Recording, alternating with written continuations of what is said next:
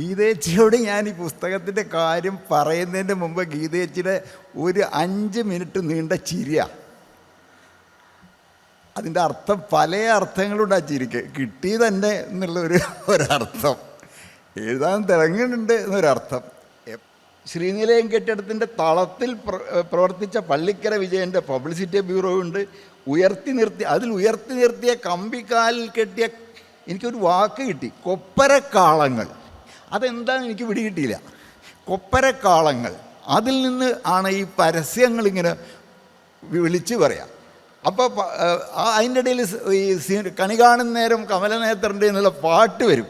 ഇങ്ങനെ അതിനുശേഷം 1930 കുന്നംകുളത്ത് വലിയ നാശം വിതച്ച പ്ലേഗ് രോഗം വരും. അത് ചരിത്രത്തിൽ എന്തായാലും വരും. അത് പ്ലേഗ് രോഗം വന്നത് കാരണങ്ങൾ, അതിൻ്റെ എങ്ങനെയാണ് അത് പരിഹരിച്ചത്, ശമിപ്പിച്ചത്, അത് വരും. പക്ഷേ അതിനു വേണ്ടിയിട്ട് കോട്ടയത്ത് പോയ ഒരു പുരോഹിത ശ്രേഷ്ഠനെ കൊണ്ടുവന്ന് പ്രാർത്ഥിച്ചതിൻ്റെ കഥ അന്ന് അതിൽ ചരിത്രത്തിൽ വന്നുകൊള്ളണം എന്നില്ല. അപ്പോൾ അതിൻ്റെ മറ്റൊന്നുണ്ട്. ഇവിടുന്ന് അതിൻ്റെ ഭാഗമായിട്ട് വേറൊരു കാര്യം കൂടിയുണ്ട്. കോട്ടയത്തുനിന്ന് വന്ന ആ ക്രൈസ്തവ ശ്രേഷ്ഠൻ്റെ കഥ പറഞ്ഞിട്ട് വേറൊരു കഥയിലേക്ക് എടുക്കുക. പുരാണ കേരളം എന്നൊരു ചരിത്ര മാസിക ഇവിടുന്ന് അച്ചടിച്ചിറക്കിയാണ്. ഞാൻ കേട്ടിട്ടില്ല, അധികം ആളും കേട്ടിട്ടുണ്ടാവില്ല. അങ്ങനൊരു ചരിത്രത്തിനായിട്ടൊരു മാസിക 1900 വളരെ കൊല്ലം മുമ്പ് ഇവിടുന്ന് ഇറങ്ങിയിരുന്നു. അതിന് മഹാകവി ഉള്ളൂർ എഴുതിയ മംഗളശ്ലോകം ഇതിലുണ്ട്. ഇതിലല്ലാതെ അത് വേറെ എവിടെയും നമുക്ക് കിട്ടില്ല. അപ്പോൾ ആ ചരിത്ര മാസികയാണ് VK ശ്രീരാമൻ വീണ്ടും മുന്നോട്ട് കൊണ്ടുപോകും. അടുത്തതായി സംസാരിക്കുന്നത് MH ഇല്യാസ് ആണ്. അദ്ദേഹത്തെ ക്ഷണിക്കുന്നു. പ്രിയപ്പെട്ട സുഹൃത്തുക്കളെ, ഈ പുസ്തകം കണ്ടപ്പോൾ ഒരു സന്തോഷം തോന്നി. കുറേ കാലത്തൊരു അന്വേഷണമായിരുന്നു, കുന്നംകുളമാണോ ശരി എന്നുള്ളതൊരു കുറേ കാലം അലട്ടിയിരുന്നൊരു ചോദ്യമായിരുന്നു. പലപ്പോഴും ആളുകൾ സംസാരിക്കുമ്പോൾ കുന്നംകുളം എന്ന് പറയും. ബസ്സിലൊക്കെ മുഴുവൻ, ഇപ്പോൾ കൊടുങ്ങല്ലൂരിൽ നിന്നൊക്കെ ബസ് ഉണ്ടായാലൊക്കെ മുഴുവൻ കുന്നംകുളം എന്ന് എഴുതും. അപ്പോൾ ഏതാണ്ട് ശരിക്കുള്ള പ്രയോഗം കുന്നംകുളമാണെന്ന് മനസ്സിലായി. അപ്പോൾ അതിന് ശ്രീരാമേട്ടനോട് കടപ്പാടുണ്ട്. പക്ഷെ ഞങ്ങളുടെയൊക്കെ നാട്ടിൽ പൊതുവേ ബസ്സിലുള്ള ആൾക്കാരാണ് കുന്നംകുളത്തേക്ക് വിളിച്ചു പറയുക. കുന്നംകുളം എന്ന് ആദ്യം പറയും. ആദ്യം കുന്നംകുളം എന്ന് പറയും, പിന്നെ അത് കുന്നംകുളമാവും, അവസാനം പുരുഷലിംഗത്തിൻ്റെ പേര് വരെ ആവുന്നത്. അതാണ് സാധാരണ ഒരു തൃശ്ശൂർ വടക്കേ സ്റ്റാൻഡിലോ കൊടുങ്ങല്ലൂർ ബസ് സ്റ്റാൻഡിലോ ഒക്കെ സ്ഥിരമായി കേട്ടുകൊണ്ടിരിക്കുന്ന ഇത് ഏതാണെന്ന് തിരിച്ചറിഞ്ഞത് ഇപ്പോഴത്തെ സത്യത്തിൽ സന്തോഷമുണ്ട്. രണ്ടാമത്തത്, ഈ ദേശത്തെക്കുറിച്ചുള്ള എഴുത്ത് KC നാരായണൻ വളരെ രസകരമായി നെടിയനാഥനെ കുറിച്ച് പറഞ്ഞു. കുന്നംകുളത്തെക്കുറിച്ചുള്ള ചില പരാമർശങ്ങൾ ഈ പുസ്തകത്തിലും പുറത്തുമുള്ള ചില പരാമർശങ്ങളെക്കുറിച്ചൊക്കെ സൂചിപ്പിച്ചു. ഞാനൊരു ചെറിയ തമാശയോട് തുടങ്ങാം. തമാശ എന്ന് വെച്ചാൽ ദേശാഭിമാനിയെക്കുറിച്ചുള്ള തമാശയാണ്. പല പ്രാവശ്യം കേട്ടുള്ള തമാശയാണ്. ദേശാഭിമാനിയിൽ ഒരിക്കൽ ഒരു കുട്ടി കിണറ്റിൽ വീണ കാര്യം റിപ്പോർട്ട് ചെയ്യുന്നു. അപ്പോൾ കുട്ടി കിണറ്റിൽ വീണ കാര്യം പ്രാദേശിക ലേഖകൻ ദേശാഭിമാനിയുടെ ഡെസ്കിലെത്തിക്കുന്നു. ആ ഡെസ്കിലുള്ള കക്ഷി അത് ചെറിയ തിരുത്തൽ വരുത്തിയിട്ട് അത് കുട്ടിയെ കിണറ്റിൽ നിന്ന് രക്ഷിച്ച ഒരു RSSകാരനാണ്. അപ്പോൾ ആ വാർത്തകളടക്കം കൊടുക്കുകയാണ് ഒരു ഡെസ്കിലേക്ക്, പക്ഷേ ഈ DTP ചെയ്യാൻ വേണ്ടിയിട്ട്. അപ്പോൾ DTP ചെയ്ത ആൾ RSSകാരൻ കുട്ടിയെ കിണറ്റിൽ നിന്ന് രക്ഷിച്ചാൽ കൊടുക്കണ്ടേ, പക്ഷേ RSS വരുമ്പോൾ DTP ഓട്ടോമാറ്റിക്കായിട്ട് അവിടെ ഗുണ്ട എന്നുള്ളത് വരും. അപ്പോൾ RSS ഗുണ്ട കുട്ടിയെ കിണറ്റിൽ നിന്ന് രക്ഷിച്ചെന്നുള്ളൊരു വളരെ രസകരമായ തമാശയുണ്ട്. ദേശാഭിമാനിയെക്കുറിച്ച് പറയുന്ന പല തമാശകളൊന്നാണ്. ഈ തമാശ ഇവിടെ എന്ന് വെച്ചാൽ നമ്മളിപ്പോൾ ദേശത്തെക്കുറിച്ച് പറയുമ്പോൾ പെട്ടെന്നും ദേശരാഷ്ട്രം എന്നുള്ളതിലേക്ക് മാറിപ്പോവും. ഈ ദേശവും ദേശരാഷ്ട്രവും എന്ന് പറയുന്നത് പല കാര്യങ്ങൾ, പാഠപുസ്തകങ്ങളിലായാലും ചരിത്ര ചർച്ചകളിലായാലും സാധാരണ ചർച്ചകളിലായാലും ദേശം എന്ന് പറയുന്നത് എഴുതി കഴിഞ്ഞാൽ അവിടെ നിൽക്കില്ലത്, അടുത്ത് ചാടി ദേശരാഷ്ട്രത്തിലേക്ക് കൂടി വ്യാപിക്കുന്ന ഒരു ഇതാണ്. അതൊരു വലിയ പ്രശ്നമാണ്. സംസ്കൃത ശങ്കരാചാര്യ യൂണിവേഴ്സിറ്റിയിലെ പ്രൊഫസറാണ്. ഹൈദരാബാദ് യൂണിവേഴ്സിറ്റി, ജവഹർലാൽ നെഹ്റു യൂണിവേഴ്സിറ്റി എന്നിവിടങ്ങളിലൊക്കെയാണ് അദ്ദേഹം പഠനം പൂർത്തീകരിച്ചത്. അഭിലാഷ് സാറിനെ ക്ഷണിക്കുന്നു. ഒരു ചരിത്രം പഠിക്കുന്ന ആളെന്ന നിലയിൽ വ്യക്തിപരമായിട്ടുള്ള ചില കാര്യങ്ങൾ ശ്രീരാമേട്ടനുമായി ബന്ധപ്പെട്ട് പറയണമെന്ന് എനിക്ക് താല്പര്യമുണ്ട്. അതിനുള്ള കൂടി ഒരു വേദിയാണെന്ന് ഞാൻ വിചാരിക്കുന്നു. അപ്പം എനിക്ക് പറയാനുള്ളത്, ഇതിനകത്ത് നേരത്തെ നാരായണ മാഷ് സൂചിപ്പിച്ച പോലെ ഇതിനകത്തുള്ള ആത്മകാവതാംശമാണ്. യഥാർത്ഥത്തിൽ ഞാൻ അതിലേക്ക് തിരിച്ചു വരും. യഥാർത്ഥത്തിൽ ഈ ചരിത്രം പറയാനുള്ള, അത് ഉണ്ടായോ ഇല്ലയോ വാൻ ചരിത്രം പറയാനുള്ള ഏറ്റവും സ്ട്രാറ്റജിക്കായിട്ടുള്ള ഒരു വഴിയാണ് ആത്മകഥ പറയുക എന്നുള്ളത്. യഥാർത്ഥത്തിൽ ചരിത്രകാരന്മാർ സാധാരണ ഇതിൽ പറയാറുള്ളത് ഞങ്ങളുടെ കൂടുതൽ ചർച്ചയുള്ളത് നോവലുമായിട്ടാണെന്നുള്ളതാണ്. ഈ നോവലും ചരിത്രവും ആധുനിക ചരിത്രവും ഒക്കെ ഇരട്ടപ്പെട്ടതാണ് എന്നുള്ളൊരു വാദം നോവലിസ്റ്റുകൾക്കും ഉണ്ടാവും, ചരിത്രകാരന്മാർക്കും ഉണ്ടായിരുന്നു ഒരു കാലത്ത്. പക്ഷേ ഞാൻ കരുതുന്നത് ഈ ചരിത്രത്തിൻ്റെ ഏറ്റവും അടുത്ത സഹചാരി, ഒരുതരം ഭ്രാതാവ് എന്നൊക്കെ പറയാൻ കഴിയുന്നത് പോലെ ചാർച്ചയും ശത്രുതയും സൂക്ഷിച്ച് കാണാറുള്ളത്, അത് അടുപ്പത്തിൻ്റെ സൂചനയാണ് കാണാറുള്ളത് ആത്മകഥനങ്ങളിലാണ് എന്നുള്ളത് തന്നെയാണ്. അതുകൊണ്ടായിരിക്കാം ഈ അപ്പത്ത് അടിയേരി എന്ന് പറയുന്ന മലയാളത്തിലെ ഏറ്റവും ആദ്യത്തെ ആത്മകഥ അച്ചടി പോലെ, തീവണ്ടി പോലെ, ആധുനിക വിമാനങ്ങളും യന്ത്രത്തോക്കുകളും പോലെ ആധുനികതയോടും ജ്ഞാനോദയത്തോടും കൂടി എവിടെയോ ഉണ്ടായി ഇവിടത്തേക്ക് മെല്ലെ പതിയെ ഇറങ്ങി വരികയാണ്, പങ്ക്ച്വേഷൻ മാർക്ക് പോലെ ഒക്കെ ഇറങ്ങി വരികയാണ് എന്നുള്ളൊരു ധാരണയുണ്ട്. അപ്പം ആ ധാരണയെ തിരുത്താൻ നമ്മളെ സഹായിക്കുന്ന 18-ാം നൂറ്റാണ്ടിലോ 17-ാം നൂറ്റാണ്ടിൻ്റെ അവസാനത്തിലോ ഉണ്ടായിട്ടുള്ള അപ്പത്തെ അടിയേരിയുടെ ആത്മകഥ എന്ന് പേരായിട്ടുള്ള അതിപ്രശസ്തമായിട്ടുള്ള ഒരു പ്രശസ്തമായിക്കൊണ്ടിരിക്കുന്ന ഒരു ടെക്സ്റ്റ് ഉണ്ട്. അപ്പോൾ ആ ടെക്സ്റ്റിനകത്ത് ആ അപ്പത്തെ അടിയേരിയുടെ ആത്മകഥ എൻ നമ്പൂതിരിമാർ മാഷ് പ്രസിദ്ധീകരിച്ചിട്ടുണ്ട്. വളരെ വളരെ യുണീക്കായിട്ടുള്ളൊരു ടെക്സ്റ്റാണത്. ആ ടെക്സ്റ്റിൻ്റെ പ്രത്യേകത എന്ന് പറയുന്നത് അതിൽ ആത്മകഥ പറയുന്നതിലൂടെ അടിയേരി പറയുന്നത് ഈ കുന്നംകുളത്തിൽ ശ്രീരാമേട്ടൻ പറയുന്നത് പോലെ അതിൻ്റെ ഈ ചരിത്രത്തിനകത്ത് ആവിഷ്കരിക്കാൻ കഴിയാത്ത, ഔദ്യോഗികതകൾക്കകത്ത് ആവിഷ്കരിക്കപ്പെടാൻ കഴിയാത്ത സങ്കീർണതകളെയാണ്. ആ സങ്കീർണതകളെ നമുക്ക് നമ്മളുടെ പരമ്പരാഗത ഔദ്യോഗിക ചരിത്രങ്ങൾക്ക് ക്യാപ്ചർ ചെയ്യാൻ കഴിയുന്നില്ല എന്നുള്ളത് ചരിത്രത്തിൻ്റെ പ്രശ്നമാണ്. അടുത്ത് സംസാരിക്കാൻ ആരതിയെ ക്ഷണിക്കുന്നു. ആരതി MG സർവകലാശാലയിലെ ഇപ്പോൾ ജോലി ചെയ്യുന്നത് ജവഹർലാൽ നെഹ്റു യൂണിവേഴ്സിറ്റിയിലാണ് പഠനം പൂർത്തീകരിച്ചത്. കുന്നംകുളത്തുകാർക്ക് അപരിചിതയല്ല, കുന്നംകുളത്ത് എല്ലാ സൗഹൃദ സംഘങ്ങളിലും എത്തിച്ചേരുന്ന ഒരാൾ കൂടിയാണ്. ഈ ഒരുപക്ഷെ 20-ാം നൂറ്റാണ്ടിൻ്റെ 2ാം പകുതിയിലൊക്കെയാണ് ചരിത്രമെഴുത്ത് എങ്ങനെയായിരിക്കണം, അല്ലെങ്കിൽ ചരിത്രമെഴുത്തിലുണ്ടാവുന്ന ചില മാറ്റങ്ങൾ, നാം അന്നേവരെ മനസ്സിലാക്കിയിട്ടുള്ള ചരിത്രം എന്ന ധാരണയെ, ഇതാണ് ചരിത്രം എന്ന് നാം മനസ്സിലാക്കിയ ധാരണകളെ മാറ്റി എഴുതുന്ന തരത്തിലുള്ള ചില വ്യതിയാനങ്ങൾ സംഭവിക്കുന്നത്.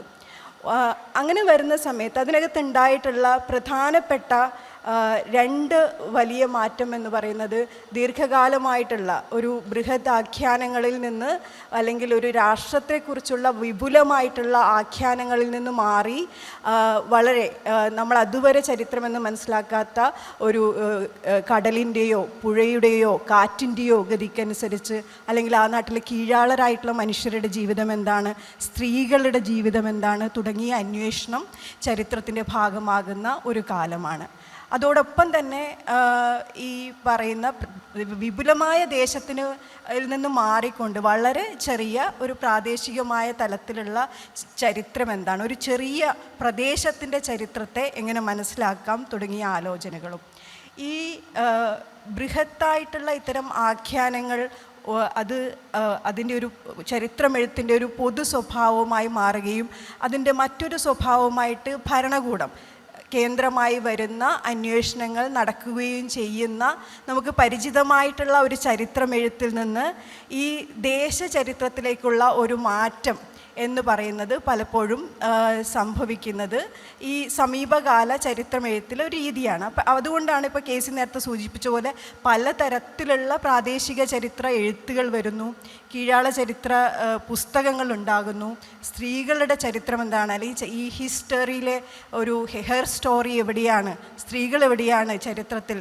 മായ്ക്കപ്പെട്ടിട്ടുള്ള സ്ത്രീകൾ എവിടെയാണെന്നുള്ള അന്വേഷണം വരുന്നു. ഇപ്പോൾ നമ്മൾ ഉൾപ്പെടെയുള്ള ഞങ്ങളുടെ യൂണിവേഴ്സിറ്റിയിൽ ദാക്ഷായണി വേലായുധൻ്റെ പേരിലുള്ള ഒരു ഡിജിറ്റൽ ആർക്കൈവ് നമ്മൾ കൊണ്ടുവരുമ്പം ഭരണഘടനാ നിർമ്മാതാക്കളുടെ സ്ത്രീകൾ ആരാണ് എന്ന് അന്വേഷിക്കുന്നു. ഓരോ ഘട്ടത്തിലും നമ്മൾ ഇതുവരെ സംസാരിക്കാത്ത വിഭാഗത്തിൽപ്പെട്ട മനുഷ്യരെവിടെയാണ്, ഇവർ കൂടി ചേർന്നതല്ലേ ഈ നാടിൻ്റെ ചരിത്രം എന്ന രീതിയിലുള്ള അന്വേഷണങ്ങൾ ഉണ്ടാകുന്നത്.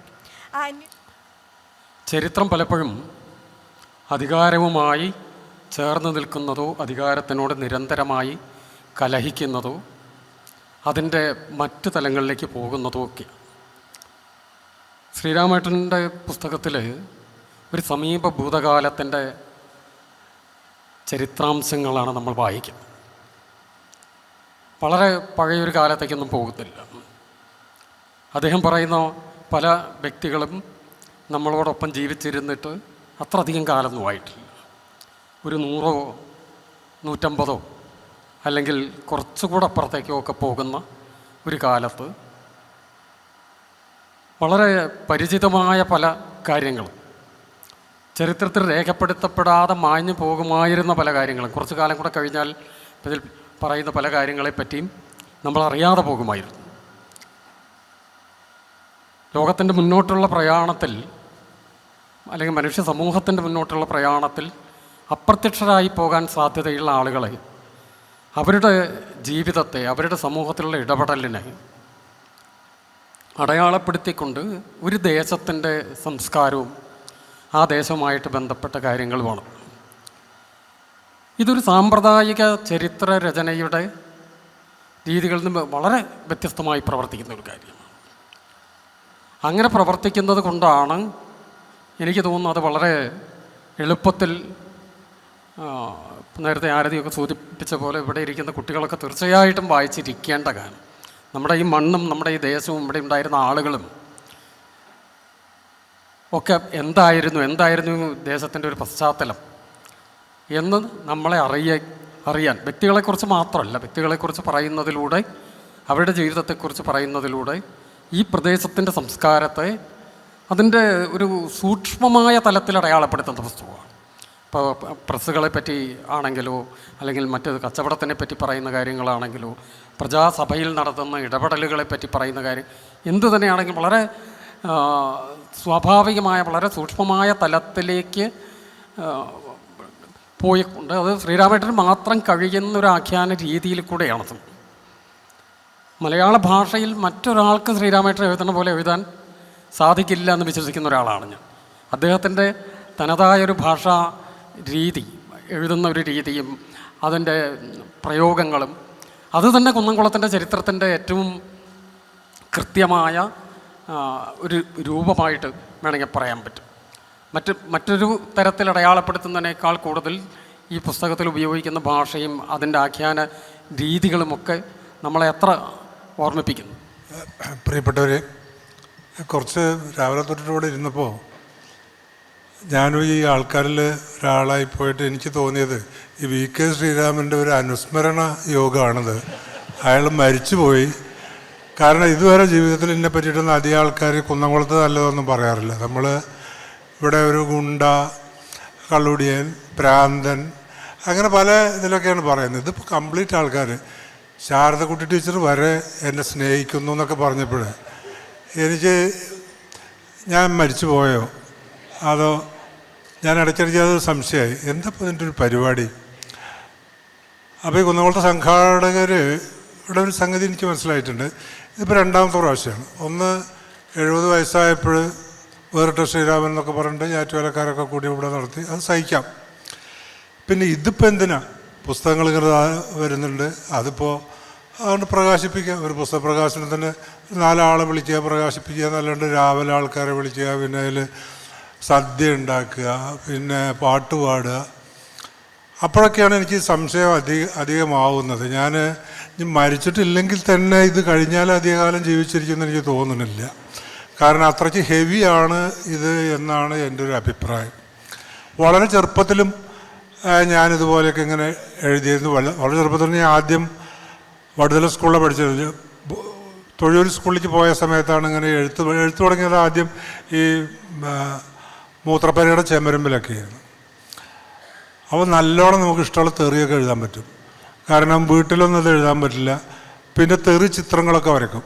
എന്നിട്ട് ചില ടീച്ചർമാരെയും മാഷന്മാരെയും പേരൊക്കെ എഴുതി വെക്കും. അങ്ങനെയൊക്കെയാണ് നമ്മൾ ഹരിശ്രീ കുറിച്ചിട്ടുള്ളത് ഈ എഴുത്തിൽ.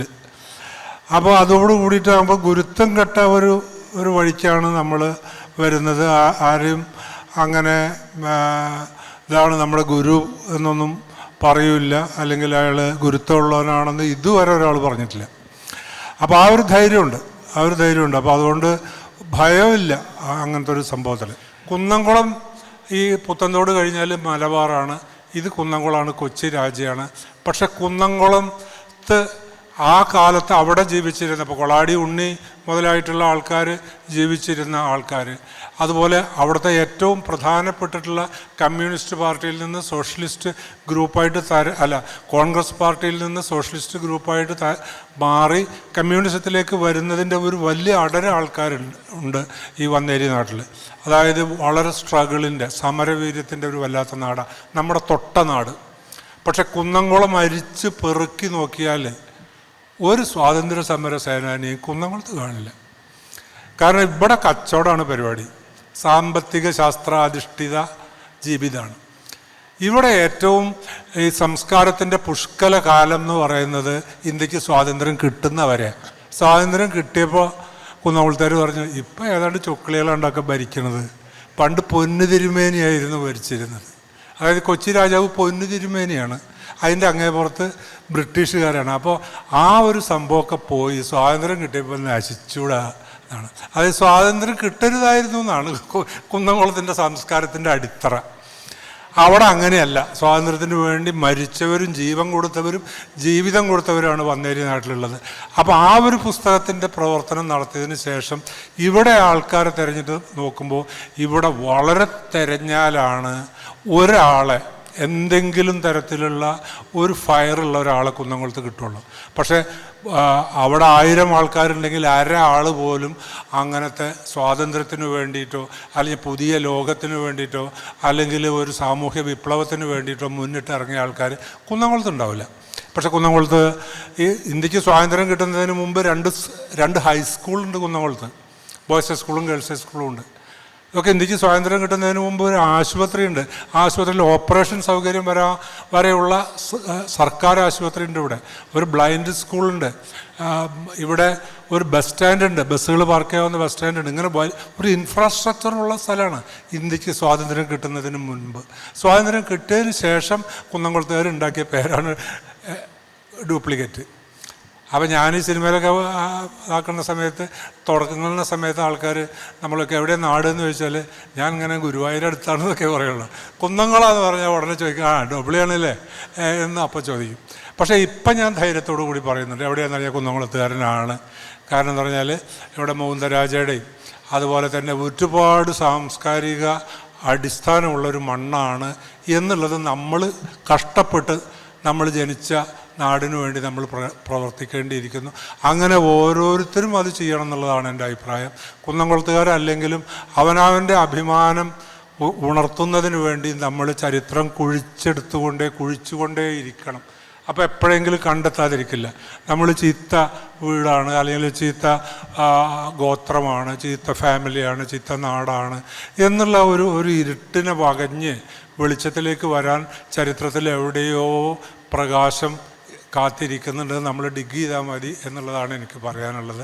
എന്തായാലും ഒരിക്കൽ കൂടി നിങ്ങളോട് എല്ലാവരോടും, ഇതിൽ കാണാൻ വന്നവരോടും ഇവിടെ പ്രോഗ്രാം അവതരിപ്പിക്കാൻ വരുന്നവരോടും വന്നവരോടൊക്കെയുള്ള എൻ്റെ സ്നേഹവും നന്ദിയും ഒക്കെ അറിയിക്കുന്നു. ഇപ്പം സൂചിപ്പിച്ച പോലെ തന്നെ ചരിത്രത്തിൻ്റെ ഇടവഴികളിലായിരിക്കണം ഒരുപക്ഷെ നാട്ടുചരിത്രങ്ങൾ കിടക്കുന്നത്. ഇപ്പോൾ നമ്മൾ നേരത്തെ ഇവിടെ ഇതുപോലെ തന്നെ ശ്രീരാമേട്ടനായിട്ട് ഞാൻ കുറേ സഞ്ചരിച്ചിട്ടുള്ളതാണ് വന്നേരി നാടിൻ്റെ ചരിത്ര അന്വേഷണമായിട്ട്. അപ്പോൾ അവിടെയൊക്കെ നമ്മൾ ചെല്ലുമ്പോൾ നമ്മൾ സമയപാഠത്തിലൊക്കെ വായിച്ച പല ഘടകങ്ങളും, ഇപ്പോൾ ഈ പാട്ടബാക്കി നാടകം അവതരിപ്പിക്കുന്നതൊക്കെ ഇപ്പോൾ ഇവിടെ ഈ ഞവണങ്ങാട് വെച്ചിട്ടായിരുന്നു. അവിടെ കേദാമോദരൻ അവിടെ വന്നിട്ട് എഴുതുന്നതും അവിടെ ആദ്യം റിഹേഴ്സൽ നടക്കണമൊക്കെ കടലായി മനയും അതൊക്കെ ആയിട്ട് ബന്ധപ്പെട്ടിട്ടാണ്. അപ്പോൾ നമ്മൾ കേൾക്കുന്ന ചരിത്രം ഒരുപക്ഷെ നമ്മളെ നാട്ടുചരിത്രമാവുന്നുണ്ട്. അതേസമയം നാട്ടുചരിത്രങ്ങൾ പലതും പ്രധാനപ്പെട്ട പല ചരിത്രങ്ങളും നമ്മളുടെ മുഖ്യധാര ചരിത്രത്തിൽ വായിക്കാനും പറ്റുന്നില്ല. അപ്പോൾ ഈ കൊളാടി ഗോവിന്ദൻകുട്ടിയുടെയൊക്കെ മുമ്പ് അവിടെ ഉണ്ടായിരുന്ന കൊളാടി ഉണ്ണിയുടെ കാലത്ത് അവിടെ നടക്കുന്ന ഈ പറയുന്ന നായാടികൾക്ക് കടക്കാൻ പാടില്ലാത്തൊരു പ്രദേശമാണെന്ന് പറയുന്നത് വന്നേരി നാട്ടിലേക്ക് കടക്കാൻ. അതിനപ്പുറം കനോലി കനാലുണ്ട്, അതിനപ്പുറത്ത് വരെ അവർക്ക് വരാൻ പാടുള്ളൂ.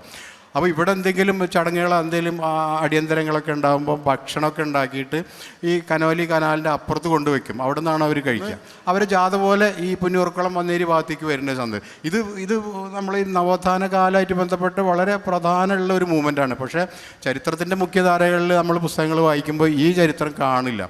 അത് ഇപ്പം പി കെ റഹീമിൻ്റെ വന്നേരി നാട് എന്ന് പറയുന്ന പുസ്തകത്തിലാണ് അതിനെക്കുറിച്ചിട്ട് വളരെ വിശദമായിട്ട് എഴുതപ്പെട്ടിട്ടുള്ളത്. അപ്പോൾ ഇങ്ങനെ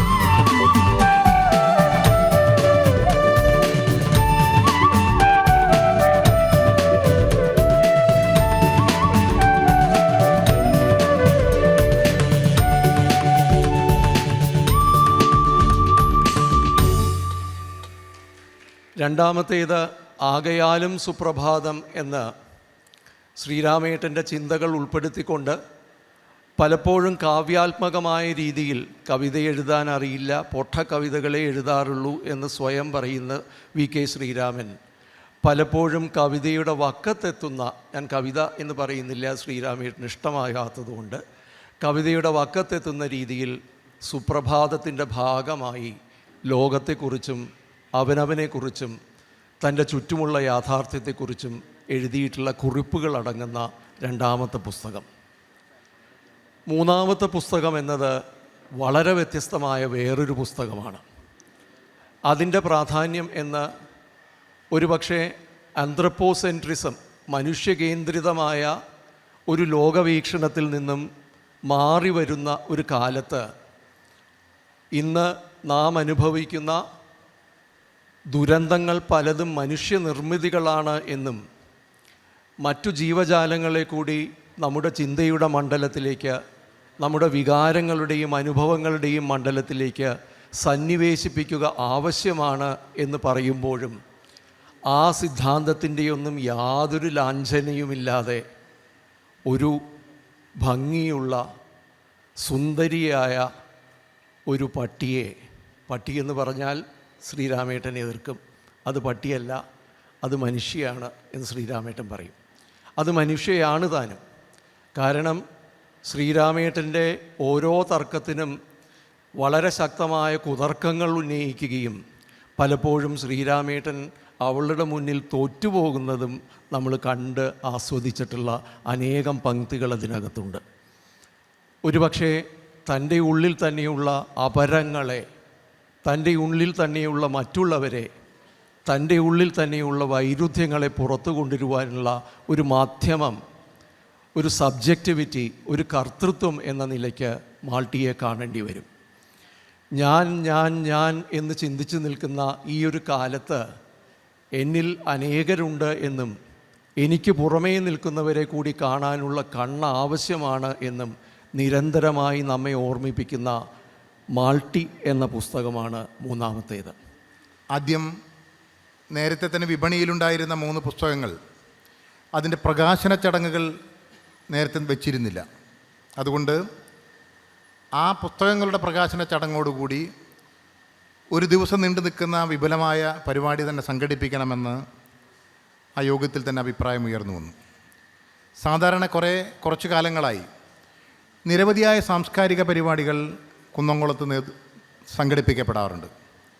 ആ പരിപാടികളുടെല്ലാം പ്രധാന സംഘാടകൻ ശ്രീ VK ശ്രീരാമനായിരുന്നു. അതിൻ്റെ നോട്ടീസ് തയ്യാറാക്കുന്നതും അതിൻ്റെ ക്ഷണവും അതിൻ്റെ എല്ലാ പ്രോഗ്രാമുകളുടെയും ഒരു കയ്യൊപ്പ് ശ്രീരാമേട്ടനുണ്ടായിരുന്നു. അതുകൊണ്ട് തന്നെ ശ്രീരാമേട്ടൻ്റെ പുസ്തകങ്ങളുടെ പ്രകാശനവും അതുമായി ബന്ധപ്പെട്ട ചടങ്ങുകളും സെമിനാറുമൊക്കെ സംഘടിപ്പിക്കുന്നതിൽ ശ്രീരാമേട്ടനില്ലാതെ എങ്ങനെ, അദ്ദേഹം ഇല്ലാതെ മറ്റുള്ള സംഘാടകരെങ്ങനെ സംഘടിപ്പിക്കുമെന്ന ആശങ്കയുണ്ടായിരുന്നു. എങ്കിലും കുറച്ചു കാലങ്ങളായി കുന്നംകുളത്ത് നടത്തി വന്ന പരിപാടികളുടെ ഒരു പരിചയം വെച്ചുകൊണ്ട് അതിൻ്റെ എക്സ്പീരിയൻസിൽ നിന്നാണ് ഈ പരിപാടികൾ വിജയിപ്പിക്കുന്നതിന് വേണ്ടിയുള്ള ഒരു ആവേശകരമായ ഒരു ഇടപെടലുകൾ ഞങ്ങൾക്കുണ്ടാവാൻ വേണ്ടി കഴിഞ്ഞത്.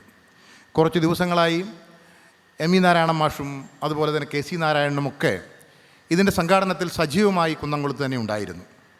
കുറച്ചു കാലങ്ങളായി കുന്നംകുളത്ത് നിരവധിയായ സാംസ്കാരിക പരിപാടികൾ ഉണ്ടാകുന്നു എന്നുള്ളതുകൊണ്ട് തന്നെ ഇതുപോലെയുള്ള തലമുതിർന്ന സാംസ്കാരിക നായകന്മാർ കുന്നംകുളത്തേക്ക് പലപ്പോഴും വരേണ്ടി വരുന്നു എന്നുള്ളതാണ് സന്തോഷകരമായൊരവസ്ഥ. പ്രസംഗിച്ച് അധിക പ്രസംഗമാകരുത് എന്നെൻ്റെ മനസ്സ് എന്നോട് വീണ്ടും വീണ്ടും ആവർത്തിച്ച് പറയുന്നുണ്ട്. അതുകൊണ്ട് തന്നെ ഈ കുന്നംകുളങ്ങരയുടെ അധ്യക്ഷസ്ഥാനത്ത് നിന്നുകൊണ്ട് ഏറ്റവും ഒരു പിതാവിനെ പോലെ സ്നേഹിക്കുകയും കരുതുകയും ചെയ്യുന്ന ശ്രീരാമേട്ടൻ്റെ പുസ്തകങ്ങളുടെ പ്രകാശനം, ശ്രീരാമേട്ടനോടുള്ള കുന്നംകുളത്തിൻ്റെ ആദരവ്, ശ്രീരാമേട്ടൻ്റെ സ്നേഹിതരുടെ ഒത്തുചേരൽ, ഈ കൂടിവരവ്, ഇതിന് എല്ലാ ഭാവുകങ്ങളും ആശംസിച്ചുകൊണ്ട് വാക്കുകളെ അധിക പ്രസംഗമാക്കാതെ ഞാൻ എൻ്റെ വാക്കുകൾ ഉപസംഹരിക്കുന്നു. എല്ലാവർക്കും സ്നേഹം, സന്തോഷം. 2019 ലോക്സഭാ തെരഞ്ഞെടുപ്പിൽ പരാജയപ്പെട്ട ശേഷം 2-3 ദിവസം കഴിഞ്ഞ് പാലക്കാട്ടൊരു സാംസ്കാരിക പരിപാടിക്ക്, സ്വരലയയുടെ ഒരു പരിപാടിക്ക് ഞങ്ങൾ ഒരുമിച്ചുണ്ടായിരുന്നു. അപ്പോൾ പരിപാടി കഴിഞ്ഞപ്പോൾ ശ്രീരാമേട്ടനും ഗീത ചേച്ചിയുണ്ട്. രണ്ടാളും കൂടി കുന്നംകുളത്തേക്ക് തിരിച്ചു പോകുമായിരിക്കും എന്ന് ധരിച്ചിരിക്കുമ്പോൾ ശ്രീരാമേട്ടൻ എന്നോട് പറഞ്ഞു ഞങ്ങൾ വീട്ടിലേക്കൊന്ന് വരുന്നുണ്ടെന്ന് പറഞ്ഞു. അങ്ങനെ ഞങ്ങൾ ഒരുമിച്ച് വീട്ടിൽ പോയതാണ്. അപ്പോൾ എനിക്ക് തോന്നുന്നു ശ്രീരാമേട്ടൻ തിരഞ്ഞെടുപ്പിലൊക്കെ തോറ്റിട്ടിരിക്കല്ലേ, ഒരു സമാധാനം ആയിക്കോട്ടെ എന്ന് വിചാരിച്ച് ആണ് അദ്ദേഹം വന്നത്. എന്നെ സംബന്ധിച്ച് അതത്ര വലിയ ഒരു തോൽവി അപ്രതീക്ഷിതമായിരുന്നെങ്കിലും അത്ര വലിയൊരു പ്രശ്നമായിരുന്നില്ല. പക്ഷേ ശ്രീരാമേട്ടൻ ആദ്യമായിട്ട് വീട്ടിൽ വന്നത് അത്തരമൊരു സന്ദർഭത്തിലാണ്. ഒരു മുന്നറിയിപ്പുമില്ലാതെ അവിടെ നിന്ന് പറയുകയാണ് ഞങ്ങൾ വീട്ടിൽ വന്നിട്ടേ പോകുന്നുള്ളൂ എന്ന് പറഞ്ഞു. പിന്നെ ആ സമയത്ത് തിരഞ്ഞു വന്ന മറ്റൊരാളുണ്ട്, ആദ്യമായിട്ട്. അതിനു മുമ്പും വന്നിട്ടില്ല, അതിനു മുമ്പ് അത്രമാത്രം വലിയ അടുപ്പവുമില്ല. പക്ഷേ ഒരാൾ തിരഞ്ഞു പിടിച്ച് വളരെ ദൂരെ നിന്ന് കാണാൻ വന്നതും ഞാൻ ഓർമ്മിക്കുകയാണ്. അപ്പോൾ അദ്ദേഹം എന്നോട് പറഞ്ഞു, വേറെ ഒന്നുമല്ല, ഈ നിങ്ങൾ MP ആയിരിക്കുമ്പോൾ ജയിച്ചിരിക്കുമ്പോൾ ഒക്കെ ധാരാളം ആൾക്കാർ കാണാൻ വരുന്നുണ്ടാവും, ഇഷ്ടം പോലെ ഉണ്ടാവും. ഇപ്പം അധികം ആരും കാണാൻ വരുന്നുണ്ടാവില്ല എന്നുള്ളതുകൊണ്ട് ഞാൻ വന്നതാണ് എന്ന് പറഞ്ഞു. അതാരാന്ന് ഞാൻ ഇപ്പോൾ പറയുന്നില്ല. അങ്ങനെ ഒരാളും അപ്രതീക്ഷിതമായൊരു അതിഥി അന്ന് വന്നത് ഞാൻ ഓർക്കുകയാണ്. പിന്നെ ശ്രീരാമേട്ടനാണ് എന്നെ എൻ്റെ വീട്ടിലേക്ക് നിർബന്ധമായിട്ട് കൂട്ടിക്കൊണ്ടുപോയി. അവിടെ നിന്ന് വീട്ടിൽ പോവാം എന്നും പറഞ്ഞിട്ട്. അപ്പം അങ്ങനെയുള്ള വലിയ സ്നേഹം നൽകുന്ന ഒരാളാണ് ശ്രീരാമേട്ടൻ. അതുകൊണ്ടാണ് അദ്ദേഹം ഇങ്ങനെ ഈ ഞാറ്റുവേലയിലൊക്കെ ആളുകളെ ചേർത്ത് നിർത്തുന്നത്. അതുകൊണ്ട് മാത്രമാണ്, അത് മാത്രമാണ് അദ്ദേഹത്തിൻ്റെ മൂലധനം. ഏത് തരത്തിലുള്ള മനുഷ്യരെയും അദ്ദേഹത്തിന് ഒരുമിപ്പിച്ച് കൊണ്ടുപോകാൻ പറ്റും. എന്തെങ്കിലും പ്രത്യേകമായിട്ട് ഒരു തരത്തിൽ ചിന്തിക്കുന്നവരെ മാത്രമല്ല, എങ്ങനെ ചിന്തിക്കുന്നവരെയും എല്ലാ തരത്തിലുള്ള വൈവിധ്യങ്ങളെയും ഉൾക്കൊള്ളാൻ കഴിയുന്ന ഒരു ഹൃദയവിശാലത ശ്രീരാമേട്ടനുണ്ട്. അതുകൊണ്ടാണ് ഞാൻ അദ്ദേഹത്തെ സ്നേഹത്തിൻ്റെ അതികായൻ എന്ന് വിശേഷിപ്പിക്കാൻ ആഗ്രഹിക്കുന്നത്. അദ്ദേഹത്തിൻ്റെ ഈ പുസ്തക പ്രകാശന ചടങ്ങിൽ പങ്കെടുക്കാൻ കഴിഞ്ഞതിലുള്ള വളരെ വലിയ സന്തോഷം അറിയിച്ചുകൊണ്ട് ഞാൻ എൻ്റെ ചെറിയ വാക്കുകൾ നിർത്തുന്നു. എല്ലാവർക്കും സ്നേഹാഭിവാദനങ്ങൾ. ഈ ചടങ്ങിൻ്റെ ഭാഗമായി VK ശ്രീരാമിൻ്റെ ജീവചരിത്രം എന്നത് ചരിത്രമെഴുത്തിൽ നിന്നും തികച്ചും വ്യത്യസ്തമായ കുന്നംകുളങ്ങര വഴി എന്ന ഒരു ചെറിയ ലീഫ്ലെറ്റായിട്ട് ഇറക്കിയിട്ടുണ്ട്. അതിൻ്റെ പ്രകാശനം ശ്രീ MP രാജേഷ് ശ്രീ സത്യൻ അന്തിക്കാടിന് നൽകിക്കൊണ്ട് നിർവഹിച്ചു.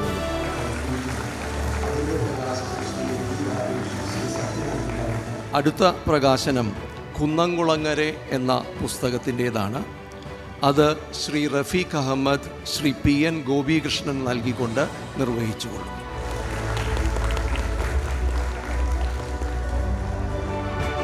രണ്ടാമത്തെ പുസ്തകം ആകയാലും സുപ്രഭാതം എന്നതാണ്.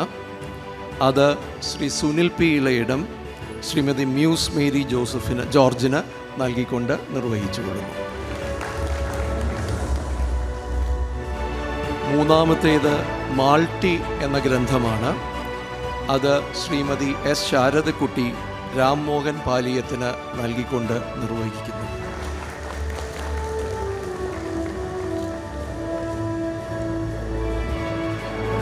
ഇനി VK ശ്രീരാമിനെ ആദരിക്കുന്ന ചടങ്ങാണ്.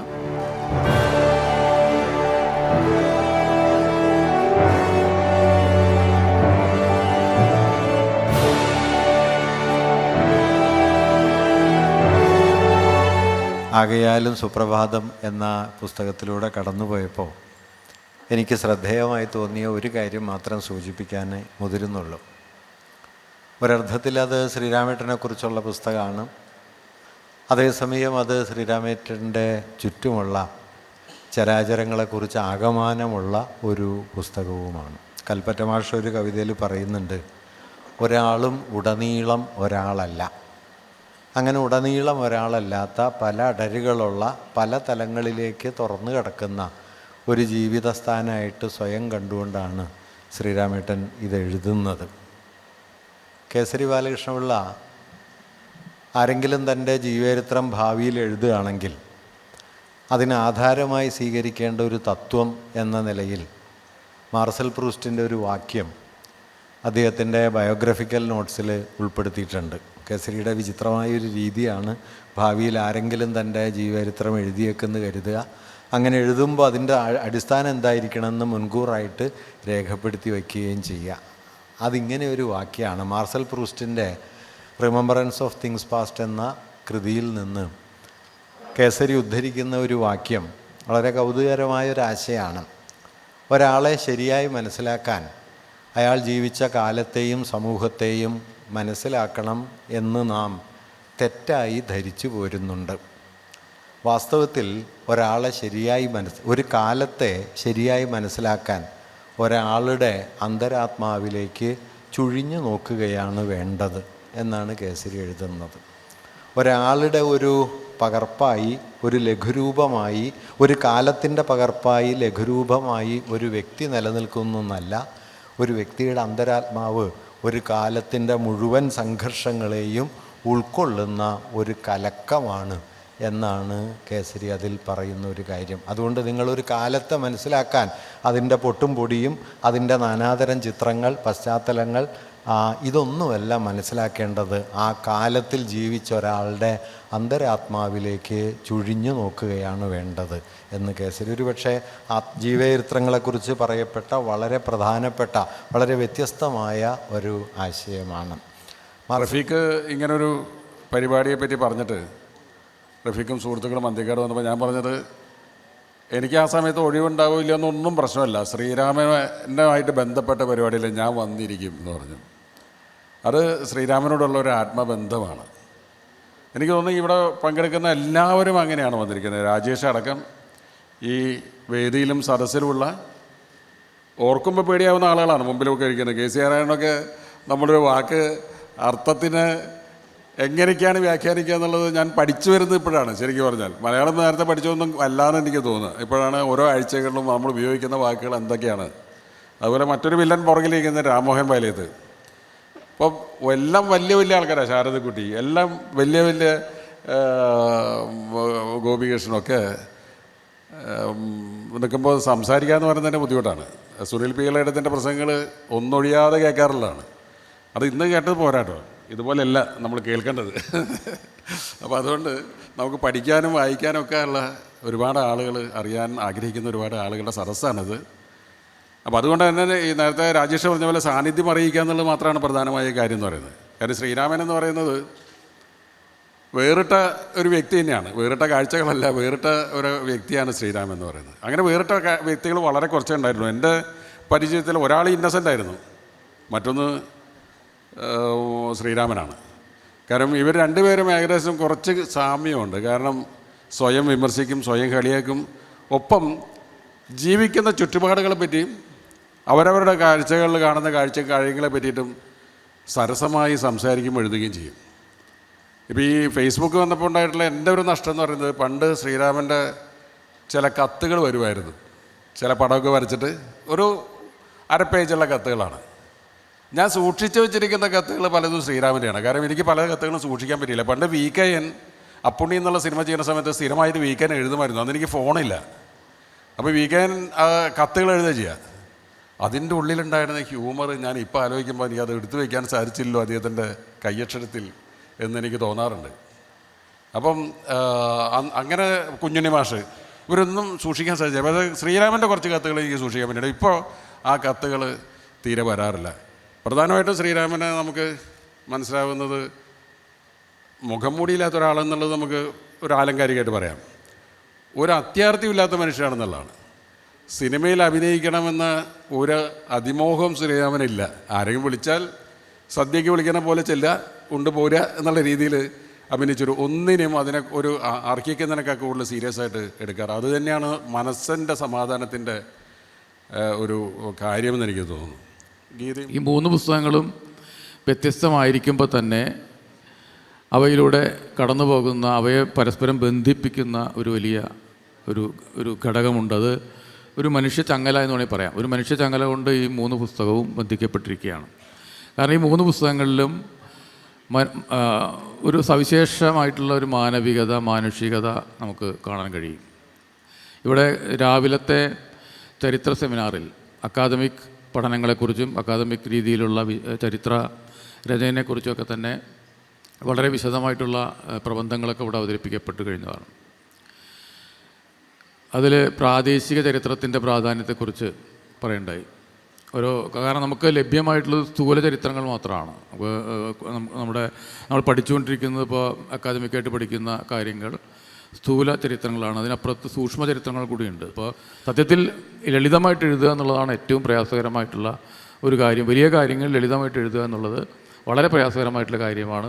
എന്ന് മാത്രമല്ല അതിനെ ഒരു സ്വകീയമായിട്ടുള്ളൊരു ശൈലി കൊണ്ടുവരിക എന്നുള്ളതും ഇപ്പോൾ നമുക്ക് എവിടെ കണ്ടുകഴിഞ്ഞാലും വി കെ ശ്രീരാമൻ ആണ് എഴുതിയതെന്ന് മനസ്സിലാക്കാവുന്ന രീതിയിലുള്ള അദ്ദേഹത്തിൻ്റെ ശൈലിയുടെ സവിശേഷതകൾ ഉണ്ട്. അദ്ദേഹത്തിൻ്റെ വരയിലും ആ സവിശേഷതകളുണ്ട്. ആ വരയിൽ അദ്ദേഹം പിന്നീട് അത്ര ശ്രദ്ധ പുലർത്തിയില്ലെങ്കിൽ പോലും അദ്ദേഹത്തിൻ്റെ ഓരോ അദ്ദേഹത്തിൻ്റെ പെരുമാറ്റ രീതികളിലും അദ്ദേഹത്തിൻ്റെ മറ്റ് രീതികളിലൊക്കെ ഉള്ള ഈ വ്യത്യസ്തതയും വ്യക്തതയും മൗലികതയും ഈ എഴുത്തുകളിൽ നമുക്ക് കാണാൻ കഴിയും. ചരിത്രത്തെ സമീപിക്കുന്നതിലും മനുഷ്യരെ സമീപിക്കുന്നതിലും മൃഗങ്ങളെ സമീപിക്കുന്നതിൽ പോലുമുള്ള ഈ വ്യത്യസ്തത അത് തന്നെയാണ് വേറിട്ട ശ്രീരാമൻ. നമ്മൾ മുമ്പ് ഒരു പുസ്തകം തന്നെ നമ്മൾ ഇവിടെ കൊണ്ടുവന്നിട്ടുണ്ട്. അപ്പോൾ ഈ രീതിയിൽ അദ്ദേഹത്തിൻ്റെ ഈ 3 പുസ്തകങ്ങൾ ഇവിടെ വളരെ പ്രൗഢമായൊരു സദസ്സിൽ പ്രകാശിക്കപ്പെട്ടതിൽ വളരെ സന്തോഷമുണ്ട്. ഇനിയും അദ്ദേഹത്തിൽ നിന്ന് തുടർച്ചയായിട്ട് നല്ല രീതിയിലുള്ള രചനകൾ വരട്ടെ എന്ന് ആശംസിക്കുകയാണ്. നമ്മളൊക്കെ വിചാരിക്കും കേരളത്തിൻ്റെ ചരിത്രം എല്ലാവർക്കും അറിയാം, കേരളത്തിൻ്റെ ഓരോ നാടിനുമുള്ള ചരിത്രം അത്രമേൽ സൂചിതമാണെന്നൊക്കെ തീരുമാനിക്കും. പക്ഷെ നമ്മൾ കേരളത്തിൻ്റെ ചരിത്രത്തിലേക്ക് ഒന്ന് പാളി നോക്കുമ്പോൾ പല കഥാപാത്രങ്ങളും അസാമാന്യമായ ശോഭയുള്ള മനുഷ്യർ മറക്കപ്പെട്ട് മറവിക്കുള്ളിൽ കിടക്കുന്ന കാണാം. ഒരു ഉദാഹരണം, വൈക്കം സത്യാഗ്രഹത്തിൽ പങ്കെടുത്ത രാമൻ ഇളയതെന്ന് പറയുന്ന ഒരാളാണ്. ഈ രാമൻ ഇളയത് കൂത്താട്ടുകുളത്താണ് ജനിച്ചത്. കൂത്താട്ടുകുളത്ത് ഒരു ജന്മി കുടുംബത്തിൽ ജനിച്ചു. വലിയ ഭൂസ്വത്തുള്ള ആളായിരുന്നു. അദ്ദേഹം ഗാന്ധിയുടെ ഒരു ശിഷ്യനായി മാറുകയും ഒരു സുപ്രഭാതത്തിൽ വൈക്കത്ത് സത്യാഗ്രഹം നടക്കുന്നുണ്ട് എന്നറിഞ്ഞിട്ട് അവിടേക്ക് പോവുകയാണ്. അപ്പോൾ ഈ വൈക്കം സത്യാഗ്രഹത്തിൻ്റെ രൂപീകരണ വേളയിലൊന്നും അതിൻ്റെ സത്യാഗ്രഹം നയിക്കാൻ രൂപീകരിച്ച സന്നദ്ധ ഭടന്മാരുടെ പേരുകളിലൊന്നും രാമനിളയതിൻ്റെ പേരില്ല. കൂത്താട്ടുകുളത്തുനിന്ന് ഒരു ദിവസം പുറപ്പെടുകയാണ്. അപ്പോൾ 24-ലാണ് നിങ്ങൾക്കറിയാം വൈക്കം സത്യാഗ്രഹം നടക്കുന്നത്. 99-ലെ വെള്ളപ്പൊക്കം എന്ന് പറയുന്ന വളരെ പ്രസിദ്ധമായ വെള്ളപ്പൊക്കം നടക്കുന്ന കാലമാണ്. അപ്പോൾ ഇദ്ദേഹം വൈക്കത്തെത്തിയപ്പോൾ നിറച്ച് വെള്ളമാണ്. ആ സത്യാഗ്രഹം നടക്കുന്ന സ്ഥലത്ത് നിറയെ ജലമാണ്, അങ്ങോട്ട് കടക്കാൻ വയ്യ. അപ്പോൾ 3 പേരാണ് സത്യാഗ്രഹത്തിന് ഇരിക്കുന്നത്. ഇദ്ദേഹം അവരുടെ കൂടെ നീന്തി ചെന്ന് ഈ വെള്ളം നീന്തി ചെന്ന് കഴുത്തൊപ്പം വെള്ളത്തിൽ നിൽക്കുകയാണ്. ഈ വൈക്കം സത്യാഗ്രഹം വളരെ രൂക്ഷമായ പ്രതികരണം ഉണ്ടാക്കിയൊരു സത്യാഗ്രഹമാണ്. അവിടുത്തെ സവർണർ സംഘടിച്ചിട്ട് ഈ സത്യാഗ്രഹത്തെ നേരിടാൻ തീരുമാനിച്ചപ്പോൾ ഈ പിടികിട്ടിയത് രാമനിളയതിനാണ്. ഈ പറയുന്ന സത്യാഗ്രഹികളിൽ കൂത്താട്ടുകുളത്തുനിന്ന് വന്ന സത്യാഗ്രഹിയിൽ പിടികിട്ടിയത് ഇദ്ദേഹത്തിനാണ്. ഇദ്ദേഹത്തിൻ്റെ കണ്ണിൽ ചുണ്ണാമ്പ് തേച്ചിട്ട് 2 കണ്ണും പൊട്ടിപ്പോവാണ്. 2 കണ്ണും ഇല്ലാതായി, കാഴ്ചയില്ലാതായി. ഈ മനുഷ്യൻ തിരിച്ചു പോകുന്നു. പിന്നെ ഇദ്ദേഹത്തെ പറ്റിയുള്ള ഗവേഷണം അന്വേഷിച്ച് പഠിക്കുമ്പോൾ അദ്ദേഹം സ്വന്തം നാട്ടിൽ ഈ വലിയ ജന്മിയായ മനുഷ്യൻ ഈ പറമ്പും ഈ വളപ്പൊക്കെ വിറ്റിട്ട് അവിടെ ഒരു സ്കൂൾ തുടങ്ങുകയാണ് ഹരിജനങ്ങളെ പഠിപ്പിക്കാൻ.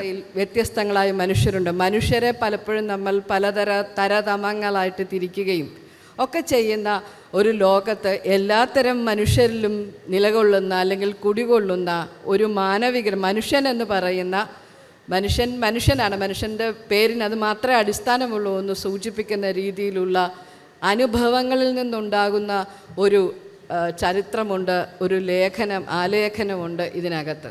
ചിത്രങ്ങളുണ്ട്. എനിക്കൊന്ന് അദ്ദേഹം ഒരുവിധം നന്നായിട്ട് ചിത്രം വരയ്ക്കുന്നുണ്ട്.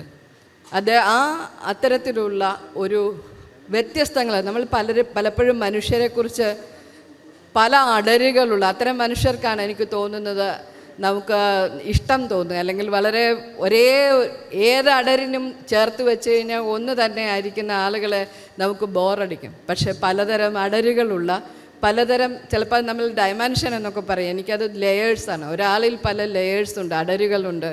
ഈ അടരുകളിൽ സ്നേഹം കാണും, നിരാശം കാണും, ചേർത്ത് പിടിക്കൽ കാണും, അറിവ് കാണും, ഭ്രാന്ത് കാണും, ഇതെല്ലാം ചേർന്നിട്ടുള്ള ഒരു പ്രത്യേകതരം ഒരു മനുഷ്യനുണ്ട്.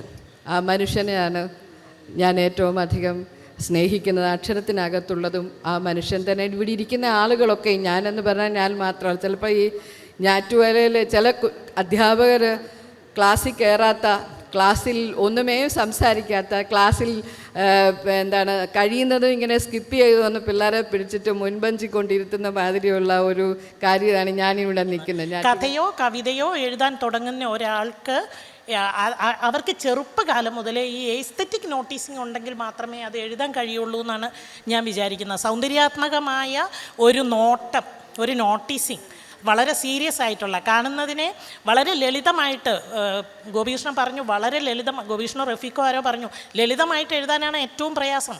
പക്ഷേ ആ ലളിതമായിട്ട് എഴുതുമ്പോൾ പോലും അതിനകത്ത് വളരെ ഗൗരവമായ കാഴ്ചകളാണ്, വളരെ ഗൗരവമുള്ള രാഷ്ട്രീയ പ്രാധാന്യമുള്ള കാഴ്ചകളാണ് വരുന്നത്. ഓരോന്നിൻ്റെയും ഇടയ്ക്ക് ഓരോ കൊട്ടുണ്ട്, ഓരോ കൊളുത്തുണ്ട്.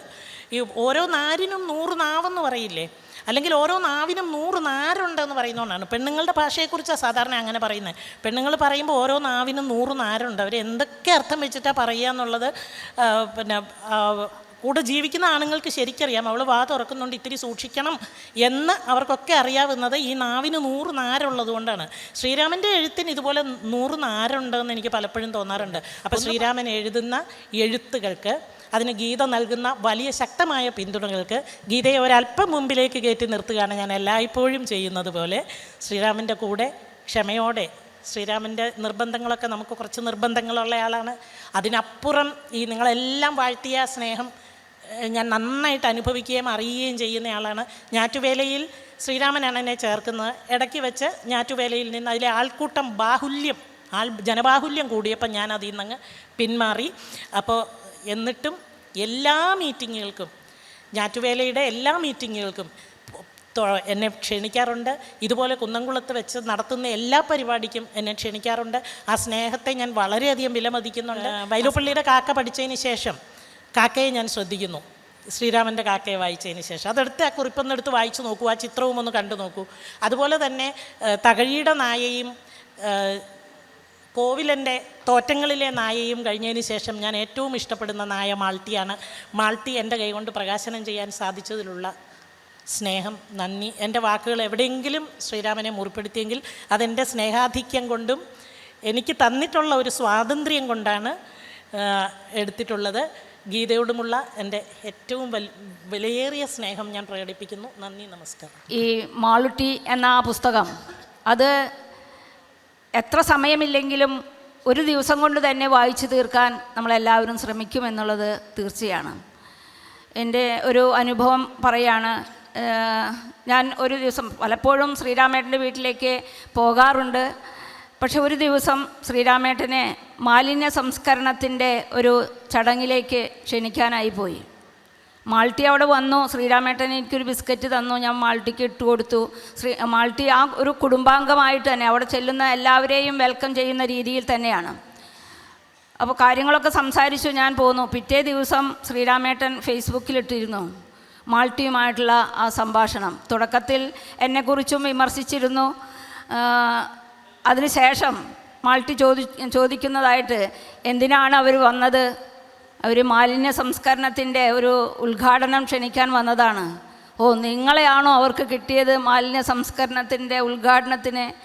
മുറ്റം മുഴുവൻ മുറുക്കി തുപ്പിക്കൊണ്ടിരിക്കുന്ന, മാലിന്യം മുഴുവൻ ഉണ്ടാക്കിക്കൊണ്ടിരിക്കുന്ന നിങ്ങളെ അല്ലാതെ വേറെ ആരെയും കിട്ടിയില്ലേ എന്നുള്ള ഒരു സംഭാഷണം. അപ്പോൾ സ്വയം വിമർശനത്തിലൂടെ അല്ലെങ്കിൽ സ്വയം പരിഹാസത്തിലൂടെ, എന്നാൽ അത് മറ്റുള്ളവർക്ക് കൂടി ഒരു പാഠമാകുന്ന രീതിയിലുള്ള സംഭാഷണം, ഇത് ആരെയും സ്വയം ഒന്ന് ചിന്തിപ്പിക്കാവുന്ന രീതിയിൽ തന്നെയാണ്. കാര്യം ഞങ്ങളുടെ മാലിന്യ സംസ്കരണത്തിൻ്റെ അംബാസിഡറാണ് ശ്രീരാമേട്ടൻ. പലപ്പോഴും എന്നെ ഭീഷണിപ്പെടുത്താറുണ്ട്. ഞാൻ പത്രസമ്മേളനം വിളിക്കും, ഇപ്പോൾ രാജിവെക്കുമെന്നൊക്കെ. പക്ഷേ രാജിവെക്കൊന്നുമില്ല. ശ്രീരാമേട്ടൻ എന്നെ അങ്ങനെ പറയുമെന്ന് മാത്രമേ ഉള്ളൂ. വളരെ നല്ല രീതിയിൽ ഇന്ന് കേരളത്തിൽ തന്നെ ഏറ്റവും പേരുകേട്ട രീതിയിൽ മാലിന്യ സംസ്കരണം നടത്തുന്ന ഒരു നഗരസഭയാണ്. അപ്പോൾ ശ്രീരാമേട്ടനാണ് ഞങ്ങളുടെ അതിൻ്റെ അംബാസിഡർ. എല്ലാ നിർദ്ദേശങ്ങളും തരാറുണ്ട്. അതുമാത്രമല്ല, എന്താണ് വ്യക്തമായിട്ട് തിരുത്തേണ്ടത് എങ്കിൽ ഏത് സദസ്സിൽ വെച്ചിട്ടായാലും അത് തുറന്നു പറയാനും യാതൊരു മടിയുമില്ല. മുഖമൊട്ടു തളർന്നാലെന്തോ നിന്റെ മനം മാത്രം ആഴ്കരുതെന്നോ മുടിപ്പൂക്കൾ വാടിയാലെന്തോ